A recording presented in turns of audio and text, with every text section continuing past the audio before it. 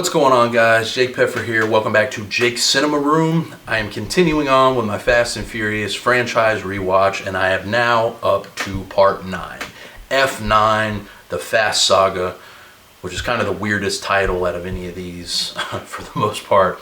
But yeah, this is the one that got, unfortunately, messed up with COVID. There was definitely some reshoots. It got pushed back a year out. It was supposed to come out in 2020. Ended up coming out in May of 2021.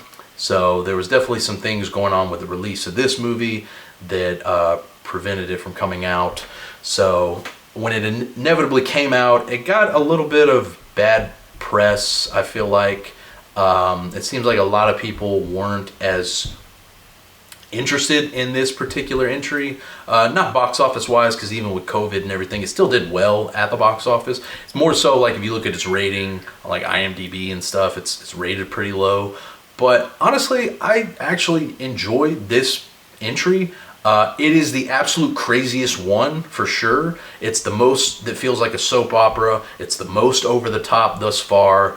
It's the most just batshit insane entry in the series, but I don't know, it worked for me on certain levels, and then there's definitely parts that it doesn't work as well for me, but overall I had a good time with it. I think it's definitely still kind of a middle of the pack movie in the overall grand scheme of the series, but it does enough here to entertain me, and I enjoyed it for the most part.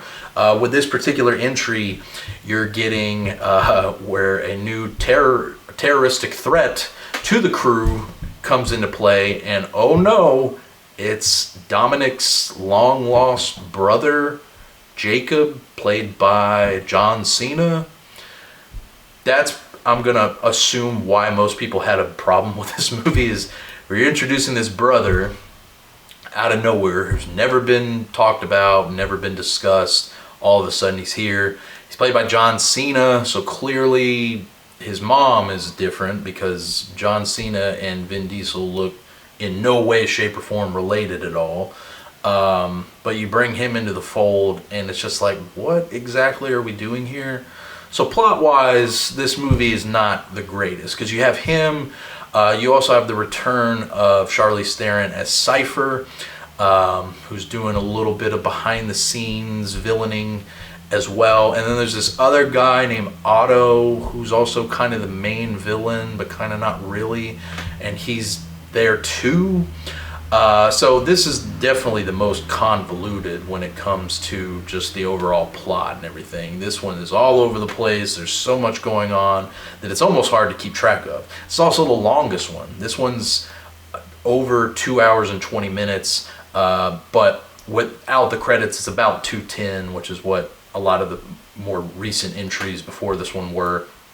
So it's not too long, but this one you do start to kind of feel the runtime just a bit, and I think it's because of how the movie is structured. It's jumping all over the place, and it's set up kind of weird. This one does bring back Justin Lin as a director, who I think is a good director, and he's definitely directed some of the better entries in this series, and he does a good job here. It just feels like things don't connect as smoothly in this particular one, whereas they have in the past. But there are some great things here. Like I said, this one is definitely the most over the top, so the action stunt pieces in this one are by far some of the most ridiculous. You have magnet planes picking up cars, you have a car getting stuck on a long rope and swinging itself from one side of a mountain to another. You've got just magnets being used to degrees to pull cars through things and across streets and things like that. It's all kinds of crazy, and yes, this is the entry where they finally go to space. And I kind of love that they do it. They work it into the plot somehow, where it kind of makes sense. But I love that they do it, because I think they just heard all the fans and even the critics being like, oh yeah, can't wait to see till they go to space and do something there. And they're like, you know what? Fuck it. We're going to go to space. We're going to do it just so people shut up about it. And they do. They send Tyrese and Ludacris to space, and it is amazing. It's truly funny. It's one of the best bits in the movie by far, just because of how absurd it ends up being. But overall, I can't help but love it. Cast-wise, like I said, you're adding John Cena to the mix, who I think here does a pretty good job. He's a bit crowbarred into the story just because, again, he's this character that's supposedly related to Dominic and Mia, and we've never met him before, but here he is. But I think for the most part, he's doing a pretty good job. Everybody else in the cast works well. Once again, Vin Diesel's fine. Tyrese, Ludacris, they're both good as well. Natalie Emmanuel, who's now been a part of the crew for the last 2 movies, I think she works well. She gets a little bit more to do, I feel like, in this entry than the previous 2, so it's nice to see her get to do something. You also have Helen Mirren coming back, who is Owen and Deckard Shaw's mom. She gets a nice little scene in the middle of the movie that's pretty funny. Jordana Brewster makes her return because she was out of the previous movie because of the unfortunate passing of Paul Walker. So they sent him and her characters basically out of the universe. But here she is making her way back. Michelle Rodriguez, I think, is good in this movie as well. But this is also the entry where we get the return of Han. Somehow Han survived, and he's been a secret agent that's been working for Mr. Nobody, and now he's coming back to help the team. Another just over the top crazy thing to add to everything going on with this movie. You also get the return of some of the characters from Tokyo Drift.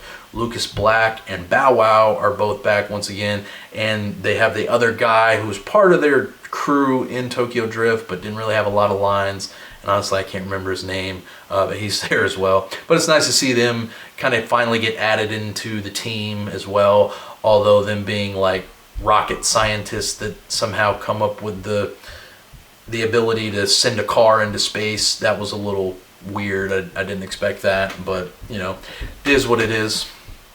But yeah, like I said, I mean, this one is just so over the top crazy and batshit over the top. I can't help but love it. Like it's a fun entry. Like I said, definitely not one of the best, but it fits somewhere kind of in the middle of the pack of this series because it's got a lot going on, but there's a lot here to enjoy if you just like crazy action sequences and stuff that doesn't make sense, which I guess apparently I do. So overall, I would give F9, The Fast Saga, a 6.5 out of 10. It fits perfectly in the middle of the series. It's a nice entry to set up where we're going to be going, hopefully, in Fast X. And yeah, I think it's a fun time and definitely worth checking out if you are a fan of this series and somehow missed this entry. But that's about it for me, guys. If you have seen F9, The Fast Saga, please let me know what you thought about it in the comments below. Be sure to subscribe to the channel for more reviews, and I'll leave all my links down below on where you can follow me and check out more of my reviews. And until next time, I will catch you all later.